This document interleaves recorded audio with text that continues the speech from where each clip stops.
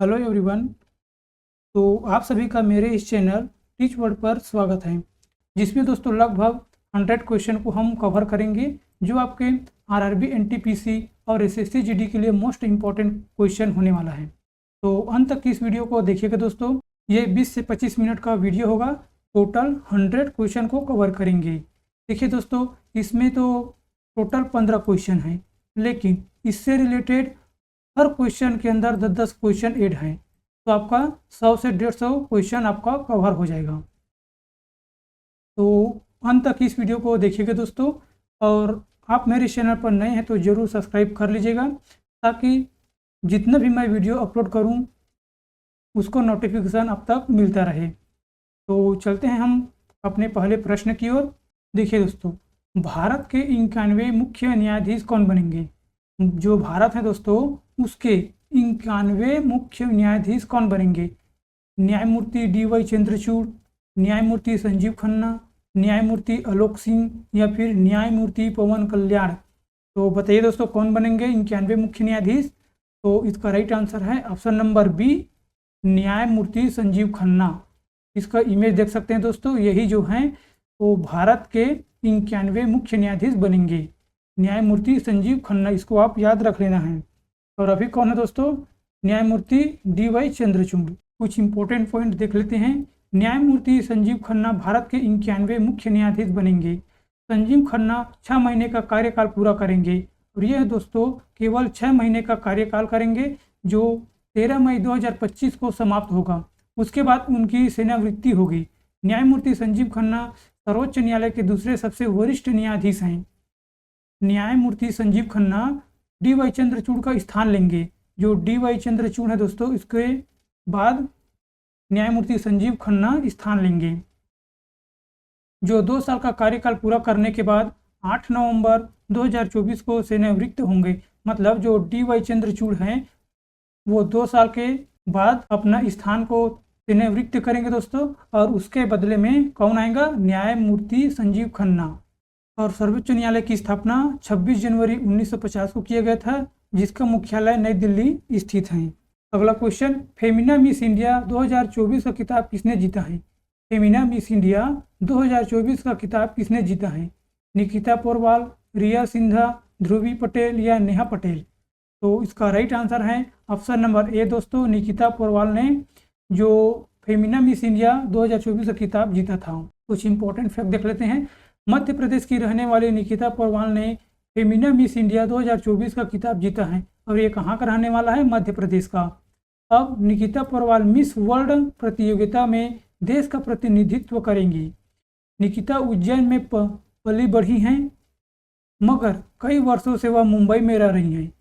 दादरा और नागर हवेली की रहने वाली रेखा पांडे पहली रनर अप रही हैं। जो दादर और नागर हवेली की रहने वाली रेखा पांडे हैं दोस्तों, वो रनर अप रही हैं, और गुजरात की आयुषी ढोलकिया दूसरी रनर अप रही हैं। इस पॉइंट को याद रख लेना है, मोस्ट इंपॉर्टेंट है। हरियाणा के मुख्यमंत्री के रूप में किसने शपथ ली है? हरियाणा के मुख्यमंत्री के रूप में किसने शपथ ली है? मोहन यादव, राकेश सिंह, मनोहर लाल खट्टर या फिर नायाब सिंह सैनी? तो इसका राइट आंसर दोस्तों ऑप्शन नंबर डी, नायाब सिंह सैनी। कुछ पॉइंट देख लेते हैं। वरिष्ठ भाजपा नेता नायाब सिंह सैनी ने 17 अक्टूबर को लगातार दूसरी बार हरियाणा के मुख्यमंत्री के रूप में शपथ ली है, और शपथ ग्रहण समारोह में पंचकूला के शालीमार ग्राउंड में आयोजित किया गया है। कहाँ पर आयोजित किया गया है? शालीमार ग्राउंड में। कहाँ के? पंचकूला के। किसने? नायाब सिंह सैनी ने। और ये जो दोस्तों लगातार दूसरी बार हरियाणा के मुख्यमंत्री के रूप में शपथ ली हैं। और हरियाणा के राज्यपाल बंडारू दत्तात्रेय ने नायाब सिंह सैनी को पद और गोपनीयता की शपथ दिलाई है। किसने दिलाई है? हरियाणा के राज्यपाल बंडारू दत्तात्रेय ने। और हरियाणा की राजधानी चंडीगढ़ है, जिसकी मुख्यमंत्री नायाब सिंह सैनी है। यह दूसरी बार है दोस्तों हरियाणा की, और जो राज्यपाल है बंडारू दत्तात्रेय हैं। ठीक, अगला क्वेश्चन को चलते हैं। अक्टूबर 2024 में भारत का कौन सा राष्ट्रीय उद्यान भारत का दूसरा तितलीय विविधता केंद्र बन गया है? अक्टूबर 2024 में भारत का कौन सा राष्ट्रीय उद्यान भारत का दूसरा तितली विविधता केंद्र बन गया है? काजीरंगा राष्ट्रीय उद्यान, नमदफा राष्ट्रीय उद्यान, गिर राष्ट्रीय उद्यान या पेरियार राष्ट्रीय उद्यान? तो इसका राइट आंसर दोस्तों ऑप्शन नंबर ए काजीरंगा राष्ट्रीय उद्यान। कुछ पॉइंट देखते हैं। काजीरंगा राष्ट्रीय उद्यान भारत का दूसरा तितली विविध केंद्र बन गए हैं। काजीरंगा राष्ट्रीय उद्यानों में टोटल 446 से अधिक तितलियां प्रजाति पाई जाती हैं। अरुणाचल प्रदेश के नमदफा राष्ट्रीय उद्यान के बाद यह भारत का दूसरा तितली विविध केंद्र बन गया है। 27 से 29 सितंबर तक पहली बार तितली संरक्षण बैठक 2024 आयोजित की गई थी। इस कार्यक्रम में पूरे भारत से 40 तितलियां प्रेमियों ने भाग लिया था और इस कार्यक्रम का उद्देश्य विस्तृत तितली रिकॉर्ड और तितली की स्थिति के बारे में और अधिक जानकारी देना था। अगला क्वेश्चन की ओर चलते हैं। विश्व एनेस्थीसिया दिवस 2024 कब मनाया गया था? विश्व में एनेस्थीसिया दिवस 2024 में कब मनाया गया था? 17 अक्टूबर, 16 अक्टूबर, 15 अक्टूबर या 13 अक्टूबर? तो इसका राइट आंसर दोस्तों ऑप्शन नंबर बी 16 अक्टूबर को मनाया गया था। वर्ल्ड एनेस्थीसिया दिवस हर साल 16 अक्टूबर को मनाया जाता है। एनेस्थीसिया सर्जरी ऑपरेशन के दौरान इस्तेमाल किया जाता है। एनेस्थीसिया दिवस हर साल इसलिए मनाया जाता है ताकि दुनिया भर के लोगों के इसके महत्व और जागरूकता किया जाए। और एनेस्थीसिया छोटी या बड़ी सर्जरी के दौरान बेहोश करने का एक मेडिकल प्रोसेस है जिसके जरिए मरीजों को बेहोश किया जाता है दोस्तों। यही एक ट्रीटमेंट है और इसका थीम है दोस्तों work force well being. Work force well being इसका थीम है किसका? एनेस्थीसिया दिवस का। अगला देखते हैं। माउंट सीसापंगमा पर चढ़ने वाले पहले भारतीय कौन बने हैं? माउंट सीसापंगमा पर चढ़ने वाले भारतीय कौन बने हैं पहले? कामिरीता शेरपा, विकास अहलावत या फिर राजेश कल्याण या अर्जुन वाजपेयी? तो इसका राइट आंसर दोस्तों option number D Arjun Vajpayee है। देख लीजिएगा इसका इमेज। अगला देखते हैं। नोएडा के रहने वाले अर्जुन वाजपेयी ने 8027 मीटर ऊंची इस पंगमा चोटी पर चढ़ाई की है। वह 8000 मीटर से ऊंची 8 चोटियों पर फतह करने वाली पहले भारतीय बनी हैं। मतलब जो 8000 मीटर ऊंची चोटी है वैसे ही 8 चोटियों पर फतह करने वाले पहले भारतीय बने हैं। अर्जुन वाजपेयी ने 16 साल की उम्र में माउंट एवरेस्ट पर चढ़ाई की थी। माउंट सीसापंगमा जो है दक्षिण मध्य तिब्बत में स्थित हैं और यह नेपाल की सीमा से करीब 5 किलोमीटर दूर हैं। यह हिमालय के जुगल हिमालय में स्थित हैं। माउंट सीसापंगमा को गोसाई थान भी कहा जाता है। माउंट सीसापंगमा को गोसाई थान भी कहा जाता है, इसको याद रख लेना है। यह दुनिया की 14वीं सबसे ऊंची चोटी है। जो सीसापंगमा है दोस्तों यह दुनिया की 14वीं सबसे ऊंची चोटी है। इसकी ऊंचाई टोटल 8027 मीटर है। अगला क्वेश्चन देखते हैं। मेरा होऊ चोगबा फेस्टिवल 2024 कहाँ मनाया गया है? मेरा होऊ चोगबा फेस्टिवल 2024 में कहाँ मनाया गया है? इम्फाल, मणिपुर, असम, नागालैंड या सिक्किम? तो कहाँ मनाया गया है दोस्तों? तो इसका राइट आंसर है ऑप्शन नंबर ए इम्फाल, जो मणिपुर में स्थित है दोस्तों, वहाँ पर मनाया गया है। कुछ इंपॉर्टेंट पॉइंट देख लेते हैं। मणिपुर की पहाड़ियों में रहने वाली स्वदेशी समुदाय और घाटी के लोगों के बीच सौहार्दपूर्ण बंधन का मजबूत करने वाला वार्षिक उत्सव मेरा हो चोंगबा 2024 इस्तीफा में आयोजित किया गया था। इसका आयोजित एक राज्य समिति मणिपुर रॉयल पैलेस और पवित्र स्थल कंगाला द्वारा किया गया था। किसके द्वारा किया गया था? पवित्र स्थल कंगाला द्वारा किया गया था। जो मणिपुर की राजधानी दोस्तों इम्फाल है, जिसके राज्यपाल लक्ष्मण आचार्य हैं और इसमें मुख्यमंत्री एन बीरेन सिंह हैं। अगला क्वेश्चन देखते हैं। भारत की पहली स्वदेशी बुलेट ट्रेन कौन सी कंपनी बनाएगी? ये मोस्ट इंपॉर्टेंट क्वेश्चन है दोस्तों, इसको जरूर याद रख लेना है। भारत की पहली स्वदेशी बुलेट ट्रेन कौन सी कंपनी बनाएगी? BEML, इसरो, DRDO या फिर HAL? तो इसका राइट आंसर दोस्तों ऑप्शन नंबर ए BEML। ये वेरी इंपॉर्टेंट क्वेश्चन है, इसको याद रख लेना है। सरकारी कंपनी भारत अर्थ मूवर्स लिमिटेड BEML जो कि 866.87 करोड़ रुपये में भारत की पहली स्वदेशी निर्मित बुलेट ट्रेन हाई स्पीड का निर्माण करेगी दोस्तों। कौन करेगी? BEML। इसका फुल फॉर्म है भारत अर्थ मूवर्स लिमिटेड, जो कि कितने लागत पर 866.87 करोड़। और यह जानकारी कंपनी ने स्टॉक एक्सचेंज को दी है।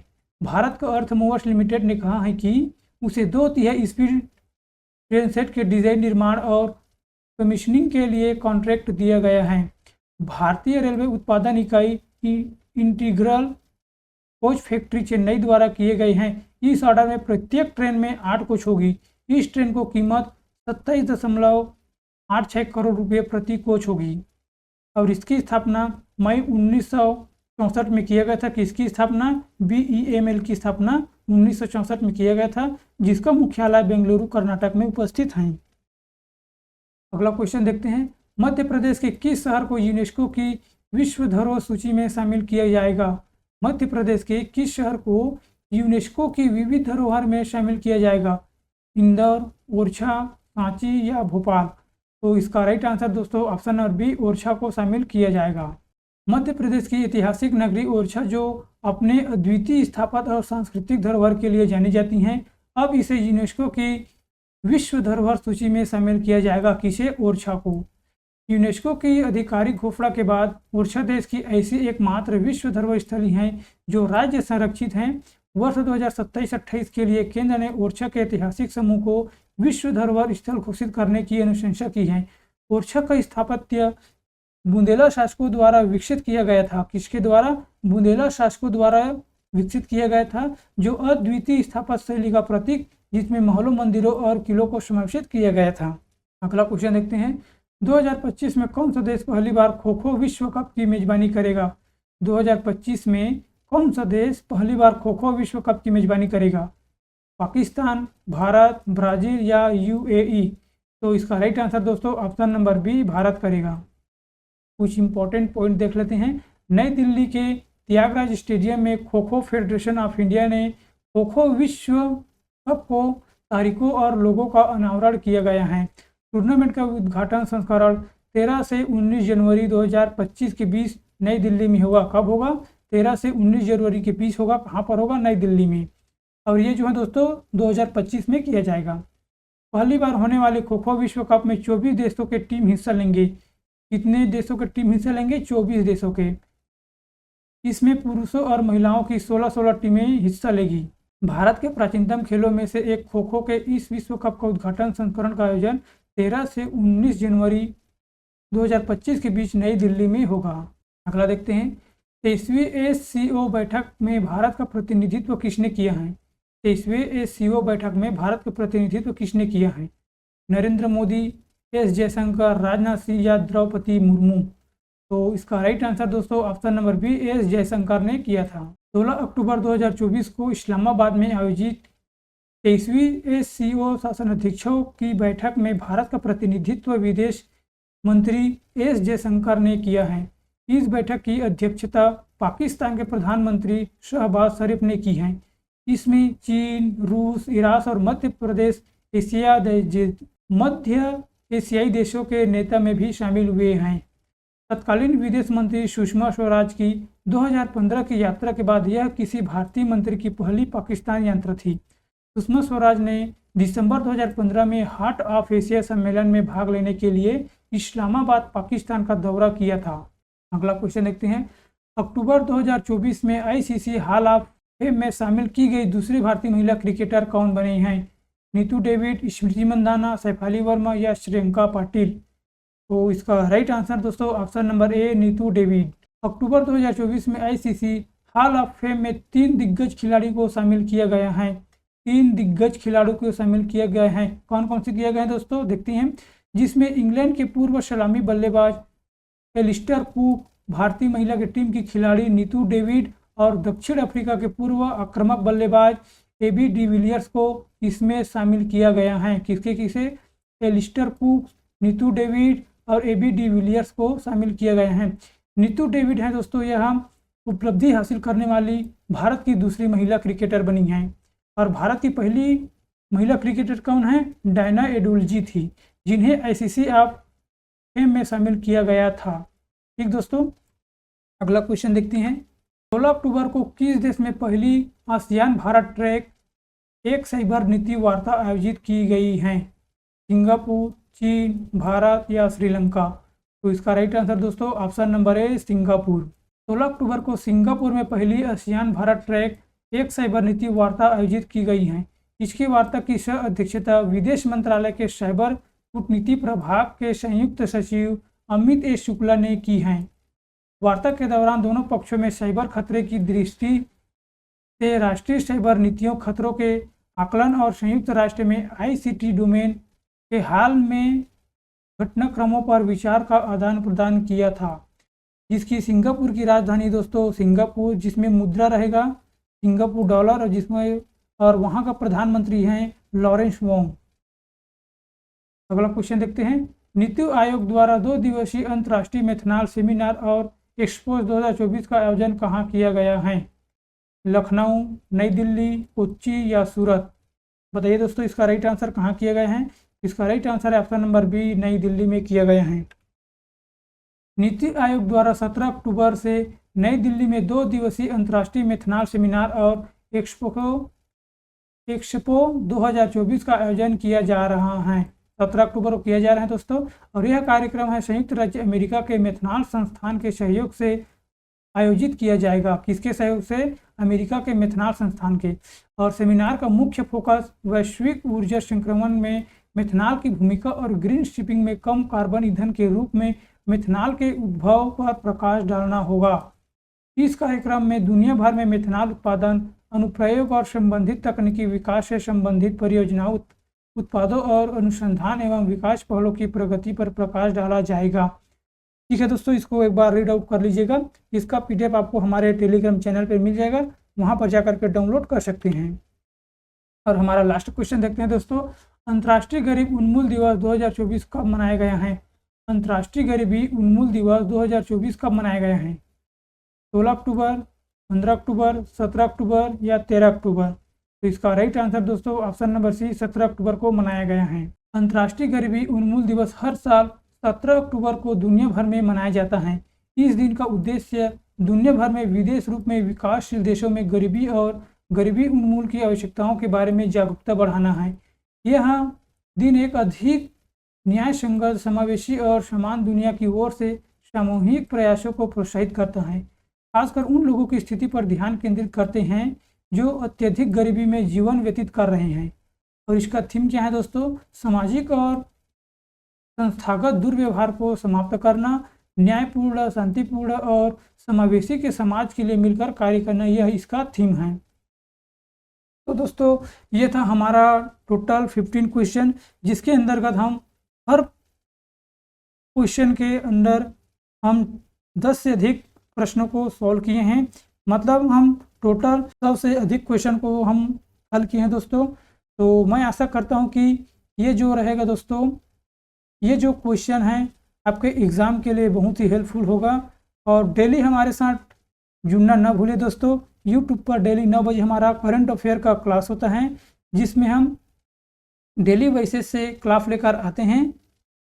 तो हमारे हर आने वाले वीडियो को देखना ना भूलना दोस्तों, ताकि आपके एग्ज़ाम में ज़रूर सफल मिल सके।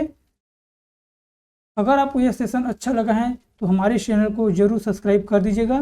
तो आज के लिए बस इतना ही, मिलते हैं अगले वीडियो पर। Thank you and so much.